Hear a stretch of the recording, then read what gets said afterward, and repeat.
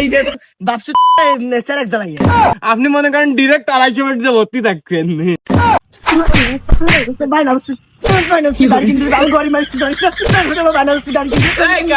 এই নাদান শিশুরি মারতেছেন, আপনার ভিতর তো কোনো মায়া দয়া কোনো কিছু নাই দেখতেছি।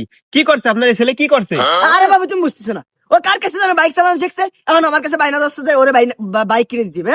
আমার কারণ সেই সামর্থ্য আছে, আমি দিন আনি দিন খাই। এখন তো মুই ভাও কথা চলে আসবে, ওর বাপ খাই খয়াত করে আর বাপসু স্যারেক জ্বালাই।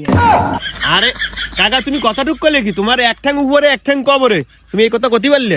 তুমি পারবে না আমারে কথা, আমি এলাকার না, ও আমার ভাই না। এই তুই কি গাড়ি চালাতে পারিস? আরে কি কম ভাই, গাড়ি চালাতে পারি না মানে? গাড়ির উপর আমি ইন্ডিয়া পাস করছি। ইন্ডিয়া পাস করছিস মানে বুঝলাম না। ইয়ে ভাই মানে ইন্ডিয়া মানে ভাই এই গাড়ির উপর আমি পিএইচডি করা ভাই। আমি যদি এই গাড়ি চালানো শুরু করি না, মনে করেন আমার থেকে ভালো কেউ চালাতে পারবে না। আপনি মনে করেন ডিরেক্ট 250 মিনিটে ভর্তি থাকবেন। 250 মিনিটে ভর্তি থাকবো মানে? ইয়ে না মানে ভাই, আমি যদি গাড়ি চালাই আপনার মনে করেন কি জানেন, 250 মিনিট হাসপাতালের আশেপাশেও যাওয়া লাগবে না, তাই করতে চাইছিলাম ভাই। আচ্ছা ঠিক আছে, ওঠ গাড়িতে, ওঠ গাড়িতে, ওঠ, তুই চালাতে হয়নি। আচ্ছা ভাই,